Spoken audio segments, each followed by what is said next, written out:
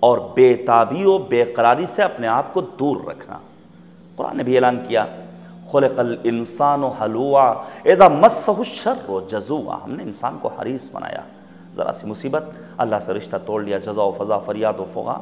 بہرحال صبر کی بڑی فضیلت ہے۔ اب آپ توجہ کیجئے گا، صبر مختلف اخلاقی موضوعات کے ساتھ قرآن مجید نے مختلف آیتوں میں ذکر فرمایا۔ مثلا سورہ بقرہ کی آیت نمبر 153 153 نمبر آیت میں صبر اور نماز کا ایک ساتھ تذکرہ، مشہور معروف آیت کریمہ ہے یا ایھا الذین آمنوا استعینوا بالصبر والصلاۃ۔ یا پھر سورہ مبارکہ ابراہیم کی آیت نمبر 5 میں مالک نے آواز دی صبر اور شکر کو ایک ساتھ بیان کرتے ہوئے وذکرہم بایام اللہ ان فی ذلک لآیات لکل صبار شکور۔ یا پھر صبر و استقامت سورہ بقرہ آیت نمبر 250 ربنا افرغ علینا صبرا وثبت اقدامنا۔ صبر و رحمت سورہ بلد آیت نمبر 17 وتواصوا بالصبر وتواصوا بالمرحمہ۔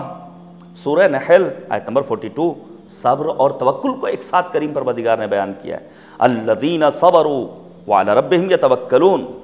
صبر اور تقوی سورہ مبارکہ آل عمران کی آیت نمبر 186 وَإِن تَصْبِرُوا وَتَتَّقُوا فَإِنَّ ذَلِكَ مِنْ عَزْمِ الْأُمُورِ۔ صبر اور حق سورہ عصر کی آیت نمبر 3 وَتَوَاصَوْا بِالْحَقِّ وَتَوَاصَوْا بِالصَّبْرِ۔ صبر قرآن مجید میں مختلف مقامات پر بیان کیا ہے کریم پروردگار نے۔ البتہ قرآن مجید میں بعض صابرین کا تذکرہ ہے، نہایت دل نشین گفتگو۔ واقعی میں قرآن مجید میں انسان جتنا غوطہ زن ہو اسے معنوی لذت محسوس ہوتی ہے۔ علامہ اقبال کے پدر بزرگوار نے شاعر مشرق حکیم امت علامہ اقبال سے یہی تو کہا تھا جب قرآن پڑھا کرو تو ایسا محسوس ہوا کرے کہ گویا قرآن خود تم پر نازل ہوا ہے۔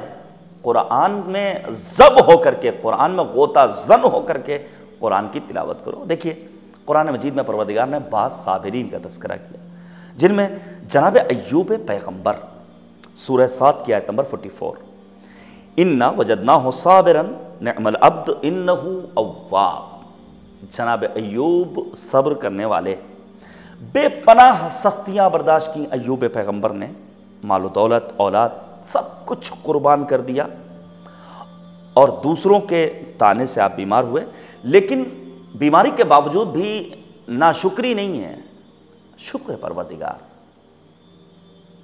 برداشت کرتے رہے، صبر کرتے رہے، یہاں تک کہ رحمت الہی کے دروازے جناب ایوب کے لیے کھول دیے گئے۔ بعض جگہوں پر ملتا ہے کہ صابرین میں سر فہرست جناب ایوب کا نام آتا ہے۔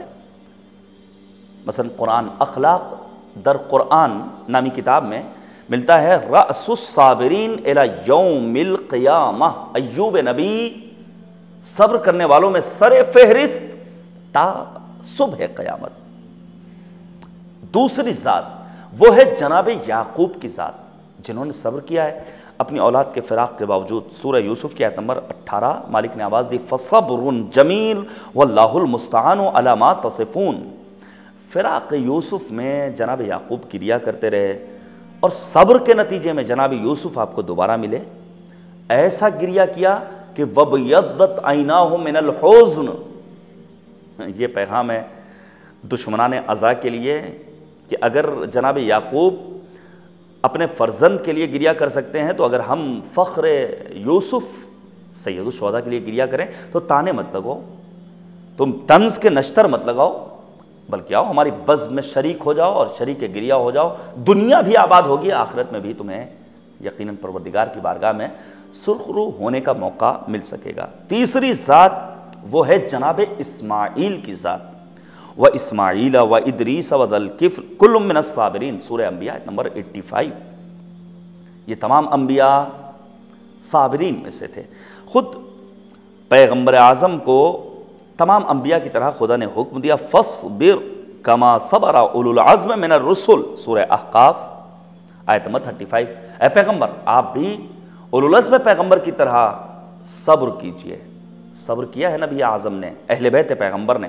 امام سجاد علیہ السلام ارشاد فرماتے ہیں اخذ الناس ثلاثة من ثلاث، اخذ الصبر عن ایوب علیہ السلام، لوگوں نے تین چیزوں کو تین لوگوں سے لیا ہے۔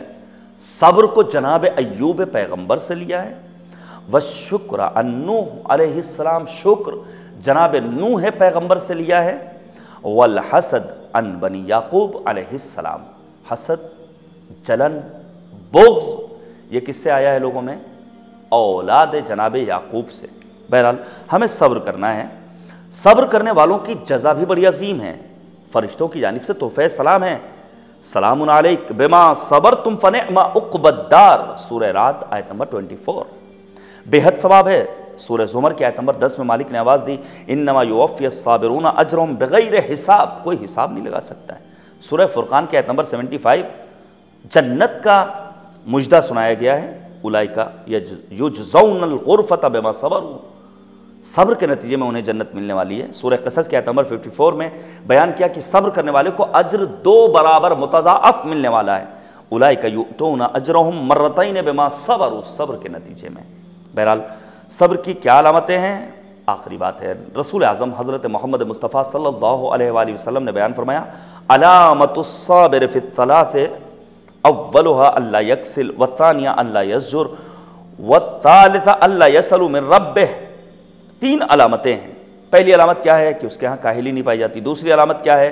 بے قراری اور بے تابی اور اضطرابی نہیں پائی جاتی، تیسری علامت کیا ہے کہ وہ اپنے خدا سے مانگتا نہیں ہے، لِأَنَّهُ اِذَا كَسَلْ فَقَدْ زَيَّ الْحَقِّ، کاہل نہیں کرے گا، اور کاہلی کے بعد چاہے کہ لکھپتی بن جائے، اس نے اپنا حق کو ضائع کر لیا، اور جب بے قراری پائی جائے گی تو وہ شکر گزار نہیں ہو سکتا ہے، وَإِذَا شَكَى مِن رَبِّهِ عَزَّ وَجَلْ فَقَدْ عَصَىٰ، جو اللہ کی ناشکری کرے گا وہ اس نے خدا کی معصیت کی ہے۔ قرآن نے اعلان کیا، لَئِن شَكَرْتُمْ لَأَزِيدَنَّكُمْ وَلَئِن كَفَرْتُمْ إِنَّ عَذَابِي لَشَدِيدٌ، اگر تم شکران نعمت پروردگار کرو گے تو ہم تمہاری نعمتوں میں اضافہ کریں گے، اور اگر تم نے کفران نعمت کیا تو یاد رکھو ہمارے عذاب میں تم سختی پاؤ گے۔ رب کریم ہمیں صابرین میں قرار